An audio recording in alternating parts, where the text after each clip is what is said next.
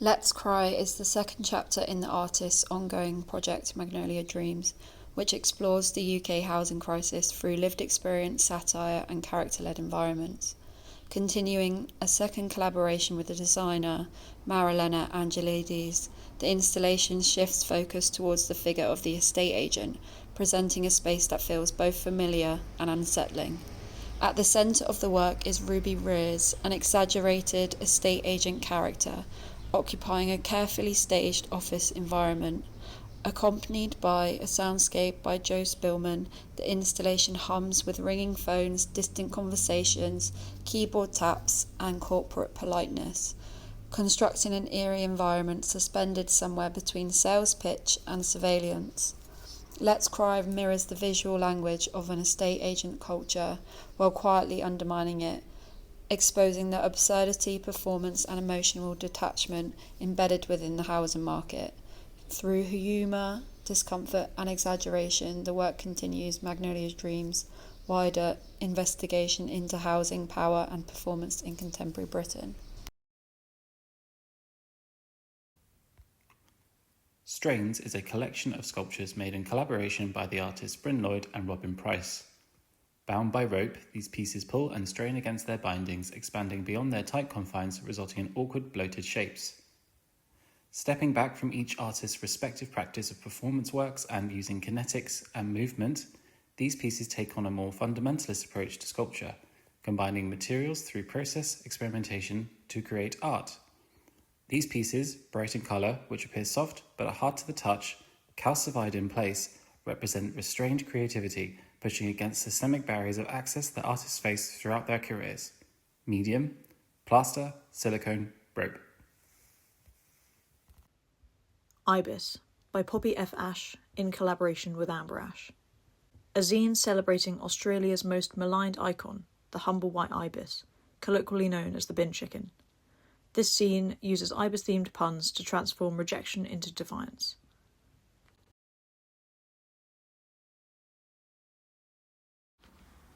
The work Regret explores the lingering weight of rejection within artistic practice.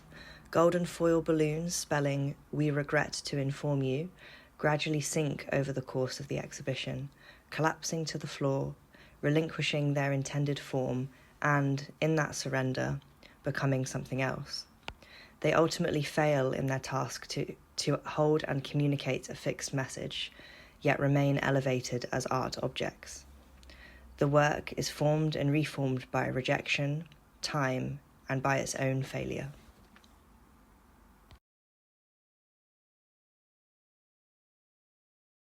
This artwork is attending to the ocean quahog shell, a unique natural archive and warning signal for rapid environmental changes amidst a global climate emergency.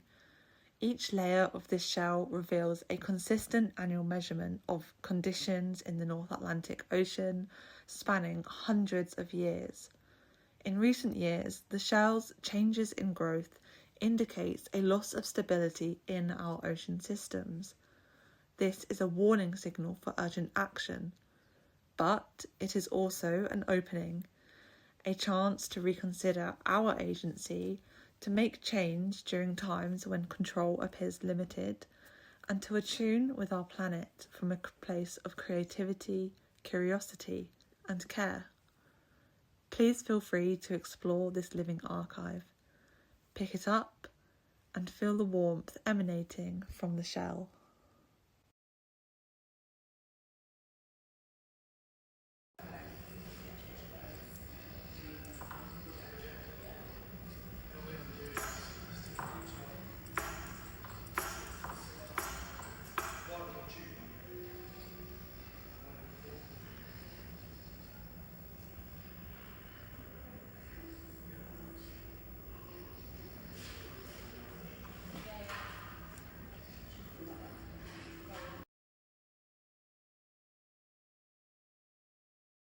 This Way Up playfully nods at the precariousness of artist spaces, the frequent need to pack up a studio at a moment's notice and cart it elsewhere, and the limbo state of an artist's practice when there is no space to be had. The videos displayed within the installation are recent outputs from the artists' collaborative practice. The pair have recently produced many experimental and creative joint artworks, but just like the majority of artists who face practical, societal and financial limitations, their practice is boxed in. This sculpture is a celebration of the inspiring work of fellow ZEST member James Hewins' project Caustic Bloom. With or without sting, nettles are vital for biodiversity in Britain. The title of the work is a reference to the Talking Heads song Nothing But Flowers, a critique of how human-made comforts like convenience stores are valued more in our society than the preservation of nature. Dare we imagine a world where society does not choose convenience and capitalism over sustainability? Insects on an Uncertain Planet by Elysia Pyrite. Bugs are colorful little creatures. When Elysia set out to draw 28 of them in a month, they did not expect that the people around them would grow to deepen their appreciation of these vibrant but often misunderstood animals. By celebrating them through art and giving them voices through poetry, all the artist wishes for is for those viewing and reading to become more aware of and develop stronger emotions, from sympathy to wonder, for the most diverse group of organisms in the world. The uses of the dark. The uses of the dark is a transmutation of queer failure and the sting of disappointment into an act of reverence for being undevoured. The work begins with a wound that was also a door. The parental desire to be a perfect girl, woman, body, reproducing machine, to be fully legible, fully received, was a devouring one. It consumed before it was ever satisfied. What it left behind was hollow, but hollow is not empty. This work sits inside a hollowing, not an emptiness. It does not recover from queer failure, it inhabits failures as a dwelling, a frequency, a way of being more fully, strangely, here. Sink by Agata Zimova. Sink is a multidisciplinary, speculative installation presenting the discomfort accompanying emotional and physical healing. Although often avoided today for the itchy burning sensation caused by its tiny hairs, stinging nettle has long held medicinal value in home apothecaries. It contains vitamins B, K, and C, and minerals including iron, calcium, potassium, and magnesium, alongside antioxidants. Nettle consumption may ease seasonal allergies, support the immune system, and help combat inflammation linked to heart disease and diabetes, while fighting free radicals, uric acid buildup, infections, acne, eczema, high cholesterol, and blood pressure. Fear doesn't have to be everlasting. Regret is. The city is more than a route between places.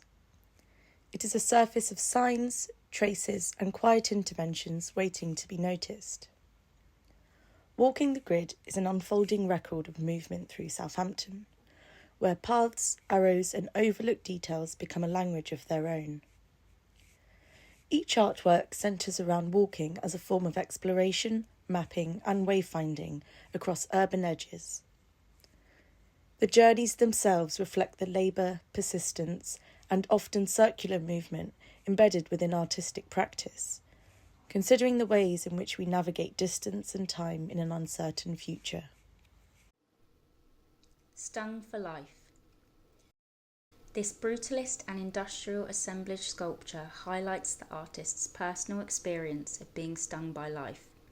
Being an artist is difficult enough without the ever-bearing weight of living with a chronic pain condition and knowing there is no cure. Stung for life is a representation of just a few ways Charlotte's pain can feel physically because of endometriosis and the increasing decline of her mental health. Extremely lonely, she now grieves over the person she once was and who she thought she would be. Now trapped, a prisoner in her own body, home, and mind. Feel by Lucy Smith. Feel is an evolving multimedia project centred upon the lives of ordinary women in Southampton, past and present. It seeks to embody their voices as a visceral, shifting presence, shaped by elemental forces and the deep temporal layers of the city's urban and natural environments. Rooted in conjecture and symbolism, the work resists clarified description, instead fostering an embodied, emotive language. Framing voices' presence and listening as an act of reclamation, Feel draws attention to the inherited experiences carried within both body and place, holding space for complex intergenerational landscapes and those lost to history. Through deliberate acts of viewing and listening, Feel invites audiences to attune to the unseen, the unheard, and the deeply felt, occupying the threshold between testimony and stifling. Pick of the bunch, Sophie Rawlingson. The sting of rejection is universal, whether felt about yourself or your ideas. Pick of the bunch explores the adaptations made in order to avoid it. Through opposing symbolism, an apple represents rejection from the Garden of Eden, while its simplified shape, a red dot, can be seen as a sticker underneath artwork after being sold. Reminiscent of client feedback, make it bigger, make it pop. Each painting dismisses the one made previously and asks, do you like me now? The apples are cramped, the discomfort of conformity, packaged for presentability. Nothing out of the ordinary. These images are part of an ongoing photographic project at Aldershot Raceway. Presented as a sequence, the work follows the recurring rhythm of the race environment, where moments of impact are not isolated, but continuously folded into the flow of events. Cars collide, bodies react, and attention gathers only to disperse again. As the images move past one another, distinctions between before, during, and after begin to blur. What might initially appear as sudden or exceptional becomes familiar through repetition. The work considers how these moments are collectively witnessed and absorbed, how intensity circulates through the track, the vehicles, and the spectators, gradually settling into something expected, even ordinary.